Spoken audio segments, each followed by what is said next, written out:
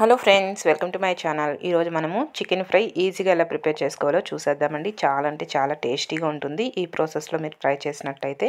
ఇప్పుడు దీన్ని ఎలా ప్రిపేర్ చేసుకోవాలో చూసేద్దాం. ముందుగా స్టవ్ మీద ప్యాన్ పెట్టుకొని స్టవ్ వెలిగించుకొని ఒక 2 టేబుల్ స్పూన్స్ వరకు ఆయిల్ని యాడ్ చేసుకోండి. ఆయిల్ హీట్ ఎక్కిన తర్వాత ఒక చిన్న ఆనియన్ కట్ చేసుకొని ఈ విధంగా ముక్కలుగా చేసుకొని ఇది కూడా బాగా రెడ్గా అయ్యేంత వరకు ఫ్రై చేసుకోండి. గోల్డెన్ బ్రౌన్ కలర్ రావాలి, అప్పటి వరకు ఫ్రై చేసుకుందాము. ఈ విధంగా ఇదంతా ఇలా బాగా ఫ్రై అయిన తర్వాత నేను ఇక్కడ ఒక హాఫ్ కిలో చికెన్ తీసుకున్నాను. దీన్ని శుభ్రంగా క్లీన్ చేసుకొని ఒక 2 సార్లు సాల్ట్ వాటర్తో క్లీన్ చేసేసుకున్నాను. ఈ విధంగా క్లీన్ చేసుకొని ఈ చికెన్ ఇందులో యాడ్ చేసి ఇదంతా కూడా ఒకసారి మొత్తం కలిసేలాగా బాగా కలిపేసుకోవాలి. చాలా రుచిగా ఉంటుందండి. ఈ ప్రాసెస్లో మీరు ఒకసారి ట్రై చేసి చూడండి. మీ అందరికీ కూడా చాలా అంటే చాలా బాగా నచ్చుతుంది ఈ ఫ్రై అనేది. ఈ విధంగా ఇదంతా కూడా బాగా కలిసేలాగా ఒకసారి కలిపేసుకొని ఇప్పుడు ఇందులోకి ఒక పావు టేబుల్ స్పూన్ పసుపు యాడ్ చేసుకోండి. అలాగే రుచికి సరిపడా సాల్ట్ కానీ లేదా రాళ్ళుప్పు కానీ యాడ్ చేసుకోండి. మీ రుచికి సరిపడా చూసుకొని ఈ విధంగా ఉప్పు పసుపు కూడా యాడ్ చేసుకొని ఇదంతా కూడా బాగా ఫ్రై అయ్యేంత వరకు ఫ్రై చేసుకుందాము.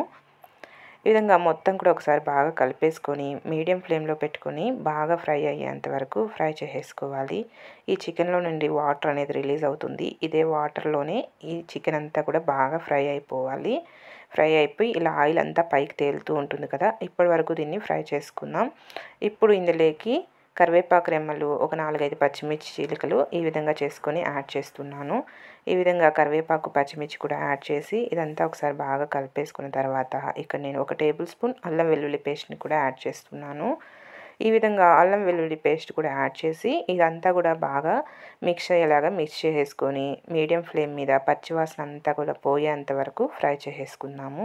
చాలా సింపుల్గా ఉంటుందండి. కొత్తగా వంట చేస్తున్న వాళ్ళు కానీ బ్యాచిలర్స్ కానీ చాలా బాగా యూజ్ అవుతుంది ఈ రెసిపీ అనేది. సింపుల్ అండ్ టేస్టీగా ఉంటుంది. ఈ విధంగా అల్లం వెల్లుల్లి పేస్ట్ కూడా యాడ్ చేసి పచ్చివాసన పోయేంత వరకు ఫ్రై చేసుకున్న తర్వాత ఇందులోకి నేను చికెన్ మసాలా పౌడర్ ఒక హాఫ్ టేబుల్ స్పూన్ కంటే కూడా ఎక్కువ వేస్తున్నాను. ఒక 3/4 టేబుల్ స్పూన్ వరకు యాడ్ చేశాను. ధనియా పౌడర్ 1 టేబుల్ స్పూన్ వరకు యాడ్ చేశాను. అలాగే red chilli powder 1.5 table spoon వరకు యాడ్ చేశానండి. మీరు కారం ఎంత తినగలుగుతారో చూసుకొని దాన్ని బట్టి మీరు యాడ్ చేసుకోండి. ఇలా ఈ మసాలాలంతా కూడా యాడ్ చేసి ఒక 1 మినిట్ పాటు ఇలా బాగా మిక్స్ అయ్యేలాగా మిక్స్ చేసేసుకోవాలి. ఇలా కింద మసాలాలంతా మాడనివ్వకుండా ఇదంతా కూడా బాగా వేగేటట్టు ఇలా తిప్పుకుంటూ వేయించుకుంటే మనకి ఎంతో టేస్టీ అయినటువంటి చికెన్ ఫ్రై అనేది మనకి రెడీ అయిపోతుందండి. ఈ విధంగా ఒక 2-3 నిమిషాల పాటు బాగా వేగనిచ్చుకోవాలి. ఇలా ఒక 2-3 నిమిషాలు బాగా వేగితే మనకి చికెన్ ఫ్రై అనేది రెడీ అయిపోతుంది. చూసారు కదా, ఎంతో టేస్టీగా మనకి చికెన్ ఫ్రై రెడీ అయింది. ఇప్పుడు ఫైనల్గా కొత్తిమీర తరిగిన లైట్గా యాడ్ చేసేసి ఒకసారి మొత్తం కూడా బాగా కలిసేలాగా కలిపేసుకోవాలి.